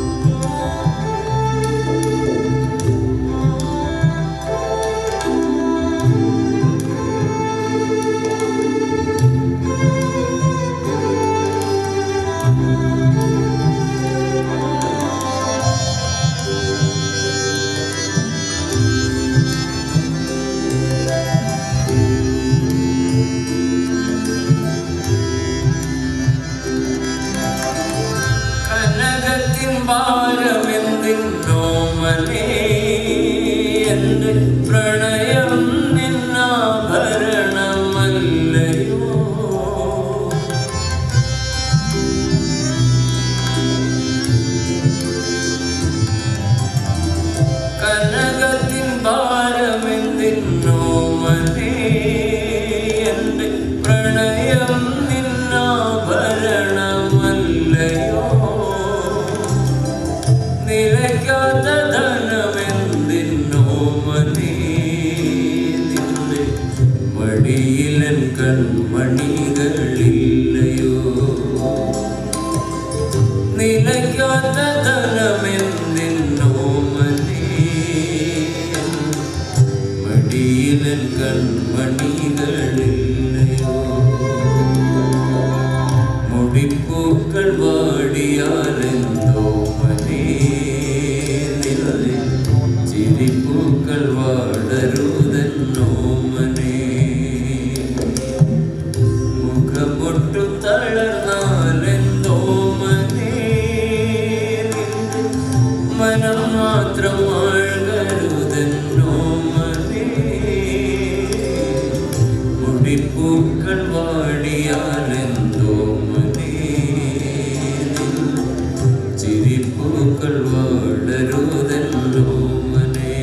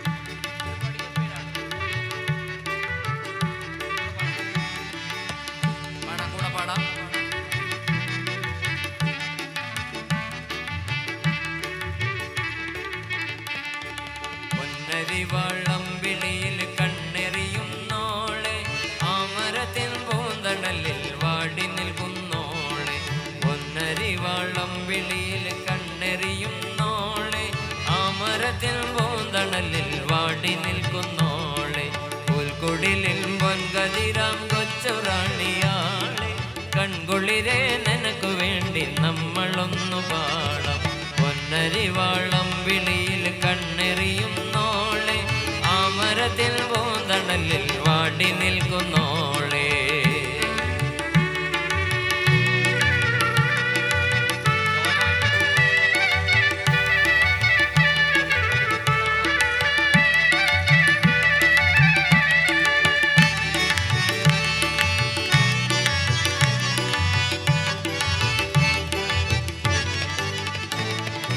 ഓണനില പാലലകൾ ഓടി വരും നേരം എന്തിനാണ് നിങ്കരള് നൊന്തു പോണൻ കള്ളി.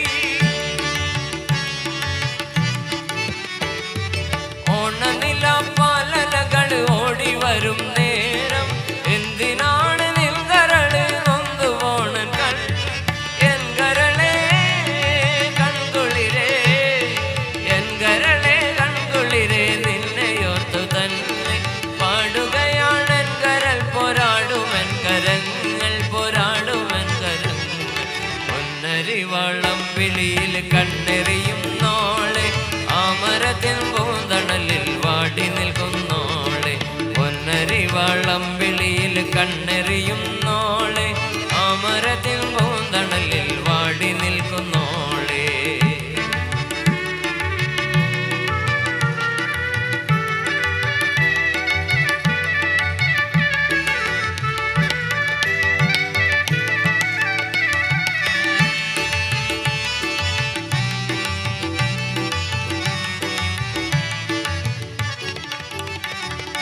ഒത്തുനിന്നീ പൂനിലാവും നെൽക്കതിരും കൊയ്യാൻ തോളോടു തോളൊത്തു ചേർന്ന് വാളുയർത്താൻ തന്നെ.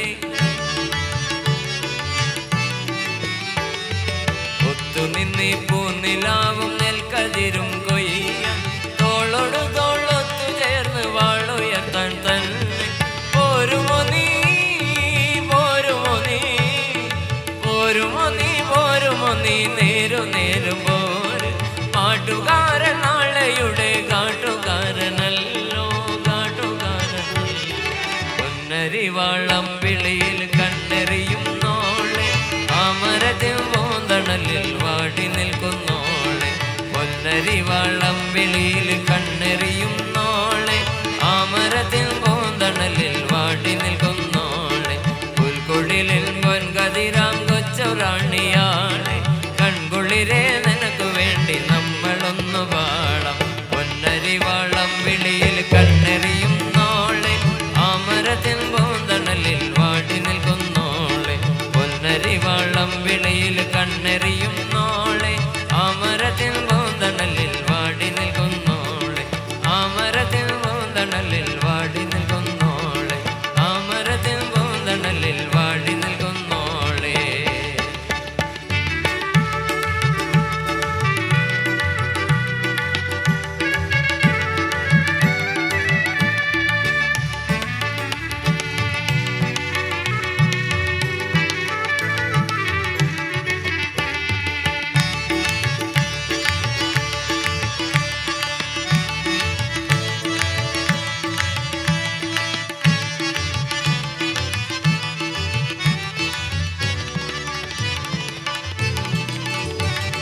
വെയിൽ നിന്നു വിളയാടും നിഴലില്ല നിലമാണ് നിവരാനും നേരമില്ല തെന്നലേ.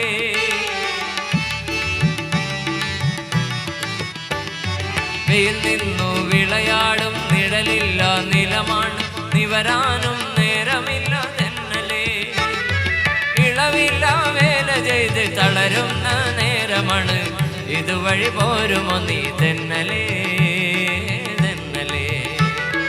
ഇളവില്ല വേല ചെയ്ത് തളരുന്ന നേരമാണ് ഇതുവഴി പോരുമോ നീ തെന്നലേ തെന്നലേ. ഇല്ലിമുളം കാടുകളിൽ എല്ലലെല്ലാം പാടി വരും തെന്നലേ തെന്നലേ. അല്ലിമലർ കാവുകളിൽ വള്ളികളിൽ ഉയലാടും തെന്നലേ തെന്നലേ. അല്ലിമലർ കാവുകളിൽ വള്ളികളിൽ ഉയലാടും തെന്നലേ തെന്നലേ തെന്നലേ തെന്നലേ തെന്നലേ തെന്നലേ. താളം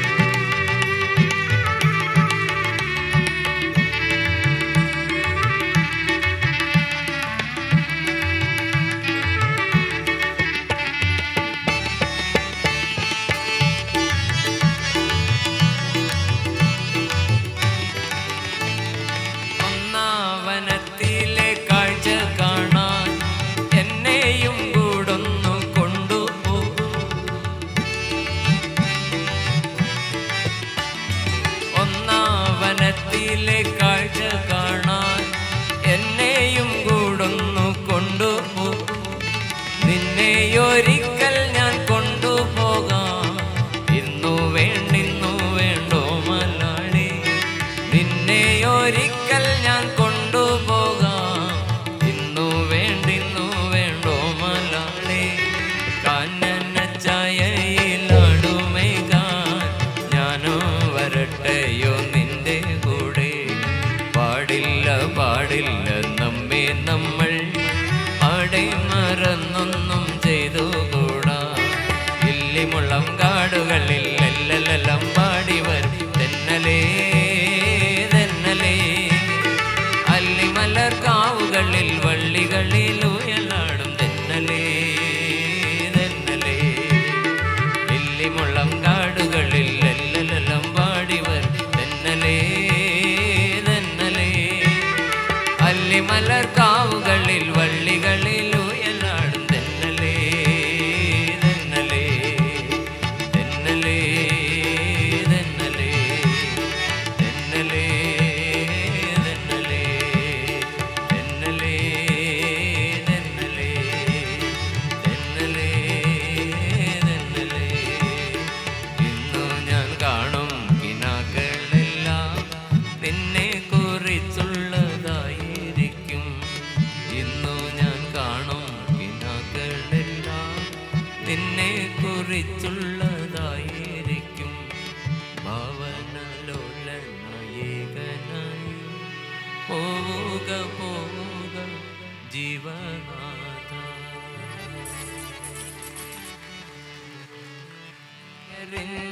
വളകിലൂക്കിയ സുന്ദരി പെണ്ണ് കെട്ടിന് കുറിയെടുക്കുമ്പോ ഒരു നറുക്കിന് ചേർക്കണേ.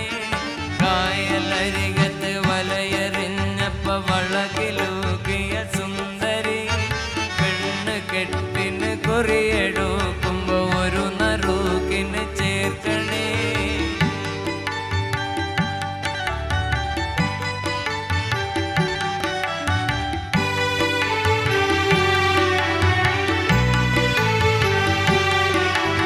കണ്ണിനാലെൻ്റെ കരളിനൊരുളിയിലെണ്ണ കാച്ചിയ നൊമ്പരം കൽബിലറിഞ്ഞപ്പോ ഇന്ന് നമ്മൾ കയറ് പൊട്ടിയ പമ്പരം. കണ്ണിനാലെൻ്റെ കരളിനൊരുളിയിലെണ്ണ കാച്ചിയ നൊമ്പരം കൽബിലറിഞ്ഞപ്പോ ഇന്ന് നമ്മൾ കയറ് പൊട്ടിയ പമ്പരം.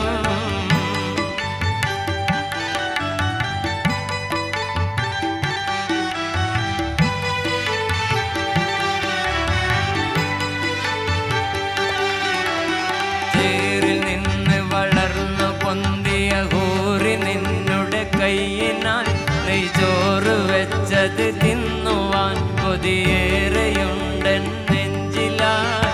ചേറിൽ നിന്ന് വളർന്നു പൊന്തിയ ഹൂറി നിന്നുടെ കൈയിനാൽ നെയ്ച്ചോറ് വെച്ചത് തിന്നുവാൻ കൊതിയേറെയുണ്ടൻ നെഞ്ചിലായി.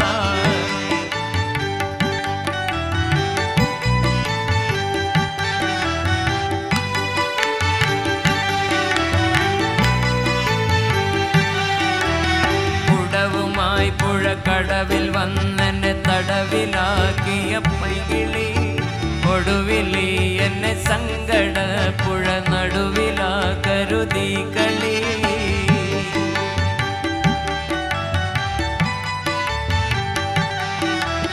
കുടവുമായി പുഴക്കടവിൽ വന്നെന്നെ തടവിലാക്കിയ പൈകിളി ഒടുവിലി എന്നെ സങ്കട പുഴ നടുവിലാ കരുതി കളി.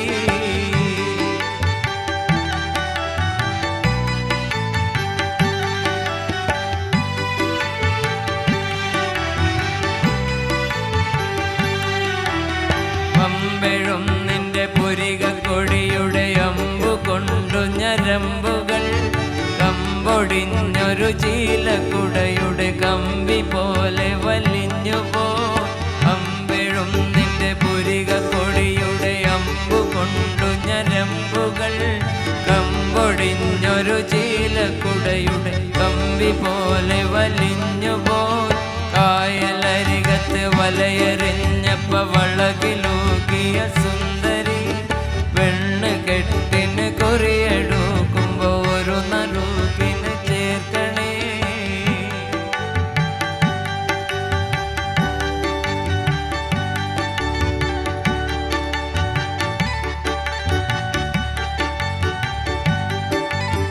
വേറെയാണ് വിചാരമെങ്കിൽ നേരമായത് ചൊല്ലുവാൻ വെറുതെ ഞാൻ എന്തിനെരിയും വെയിലത്ത് കയ്യിലും കുത്തി നടക്കണേ.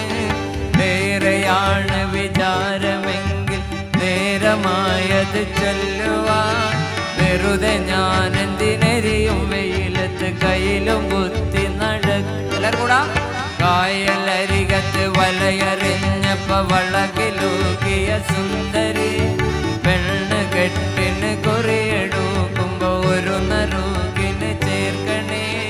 കായലരികത്ത് വലയെറിഞ്ഞപ്പ വളകിലൂകിയ സുന്ദരി പെണ്ണ് കെട്ടിന് കുറിയെടുക്കുമ്പോ ഒരു നറുകിന് ചേർക്കണേ.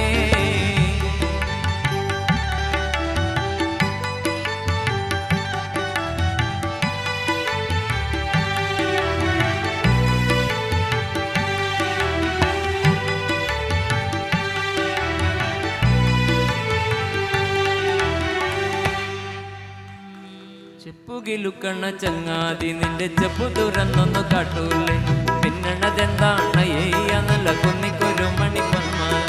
ചെപ്പുകിലുക്കണ ചങ്ങാതി നിന്റെ ചെപ്പു തുറന്നൊന്നു കാട്ടൂലേ. പിന്നണതെന്താണ് നല്ല കുന്നിക്കൊരു മണിപ്പൊന്മാല.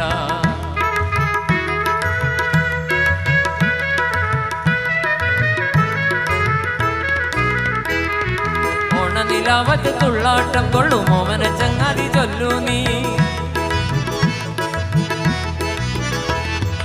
ഓണനിലാവത്ത് തുള്ളാട്ടം കൊള്ളും ഓമന ചങ്ങാതി ചൊല്ലു നീ. ആരെല്ലാം ചോദിച്ച് പൊന്മാല നിന്റെ കെങ്ങിണി ചെപ്പിലെ പൊന്മാല. ആരെല്ലാം ചോദിച്ച് പൊന്മാല നിന്റെ കെങ്ങിണി ചെപ്പിലെ പൊന്മാല. ചെപ്പു കിലുക്കണ്ണ ചങ്ങാതി നിന്റെ ചെപ്പു തുറന്നൊന്നു കാട്ടൂലേ. തിന്നണതെന്താണ് നല്ല കുന്നിക്കൊരു മണി പൊന്മാല.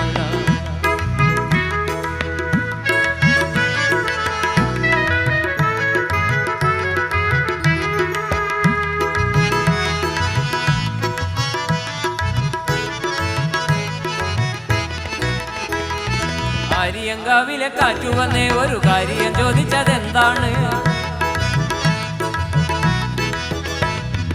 ആര്യങ്കാവിലെ കാറ്റു വന്നേ ഒരു കാര്യം ചോദിച്ചതെന്താണ്. മഞ്ഞക്കിളികളും ചങ്ങാലി വന്ന് കൊഞ്ഞി പറഞ്ഞതും എന്താണ്. മഞ്ഞക്കിളികളും ചങ്ങാലി വന്ന് കൊഞ്ഞി പറഞ്ഞതും എന്താണ്. ചെപ്പു കിലുക്കണ ചങ്ങാതി നിന്റെ ചെപ്പു തുറന്നൊന്നു കാട്ടൂലേ. പിന്നണതെന്താണ് നല്ല കുന്നിക്കൊരു മണി പൊന്മല. കാറ്റിൻ കയ്യിൽ കൊടുത്താലേ അത് പൊട്ടിച്ചെറിഞ്ഞു കളയൂലേ. കാറ്റിൻ കയ്യിൽ കൊടുത്താലേ ഇത് പൊട്ടിച്ചെറിഞ്ഞു കളയൂലേ. നാട്ടുകാരി കിളി ചോദിച്ചാൽ നിന്റെ പാട്ടിന് പോകാൻ പറയൂലേ. നാട്ടുകാരി കിളി ചോദിച്ചാൽ നിന്റെ പാട്ടിന് പോകാൻ പറയൂലേ. ചെപ്പു കിലുക്കണ ചങ്ങാതി നിന്റെ ചെപ്പു തുറന്നൊന്നു കാട്ടൂലേ. പിന്നണതെന്താണ് നല്ല കുഞ്ഞിക്കൊരു മണി പൊന്മാല. പിന്നണതെന്താണ് നല്ല കുഞ്ഞിക്കൊരു മണി പൊന്മാല.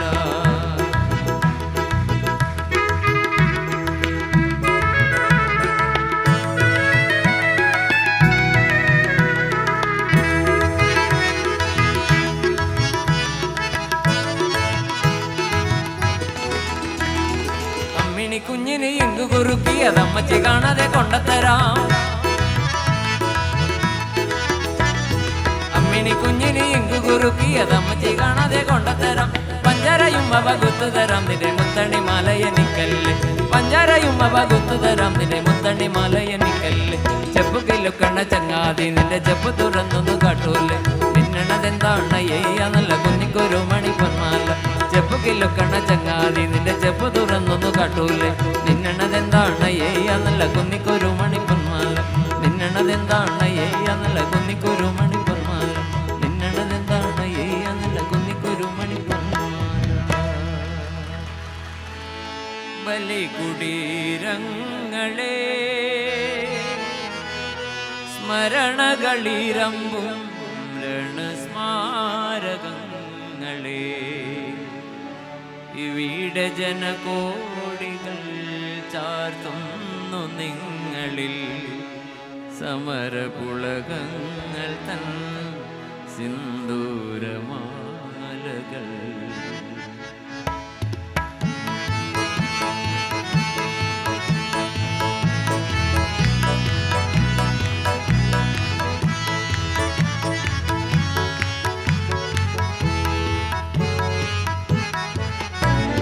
ബലികുടീരങ്ങളെ ബലികുടീരങ്ങളെ സ്മരണകളിരമ്പും രണസ്മാരകങ്ങളെ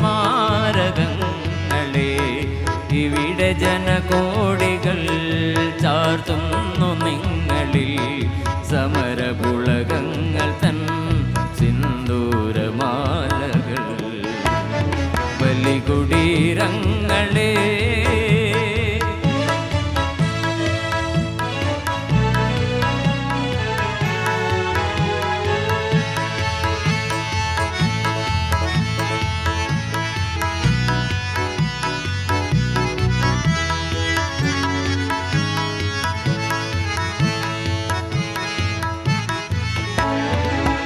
ിരിമുടികൾ കൊടികൾ ഉയർത്തി കടലുകൾ വടകമുയർത്തി. ഹിമഗിരിമുടികൾ കൊടികൾ ഉയർത്തി കടലുകൾ വടകമുയർത്തി. യുഗങ്ങൾ നീട്ടി നടക്കും ഗംഗയിൽ വിരിഞ്ഞു താമരമുകുളങ്ങൾ. യുഗങ്ങൾ നീട്ടി നടക്കും ഗംഗയിൽ വിരിഞ്ഞു താമരമുകുളങ്ങൾ. ഭൂപടങ്ങളിൽ ഒരിഞ്ച് നിവർന്നു ജീവിതങ്ങൾ തുടരൂരിയെറിഞ്ഞ്. ഭൂപടങ്ങളിൽ ഒരിഞ്ച് നിവർന്നു ജീവിതങ്ങൾ തുടരൂരിയെറിഞ്ഞ്. ചുണ്ടിൽ കാതകൾ കരങ്ങളിൽ ഈ പൂച്ചെണ്ടുകൾ പുതിയ പൗരനുണർന്നു. ബലികുടീരങ്ങളെ ബലികുടീരങ്ങളെ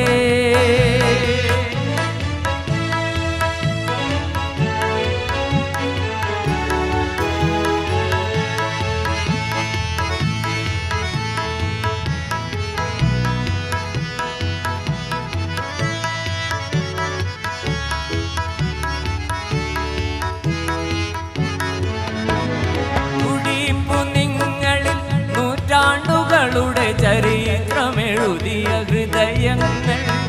തുടിപ്പു നിങ്ങളിൽ നൂറ്റാണ്ടുകളുടെ ചരിത്രമെഴുതിയ ഹൃദയങ്ങൾ.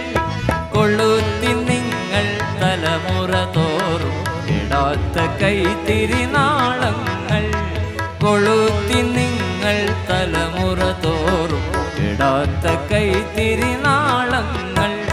നിങ്ങൾ നിന്ന സമരാങ്കണ ഭൂവിൽ നിന്നണിഞ്ഞ കവചങ്ങളുമായി. നിങ്ങൾ നിന്ന സമരാങ്കണ ഭൂവിൽ നിന്നണിഞ്ഞ കവചങ്ങളുമായി. വന്നു ഞങ്ങൾ പല നാട്ടിലെ മണ്ണിൽ നിന്നിതാ പുതിയ ചെങ്കോ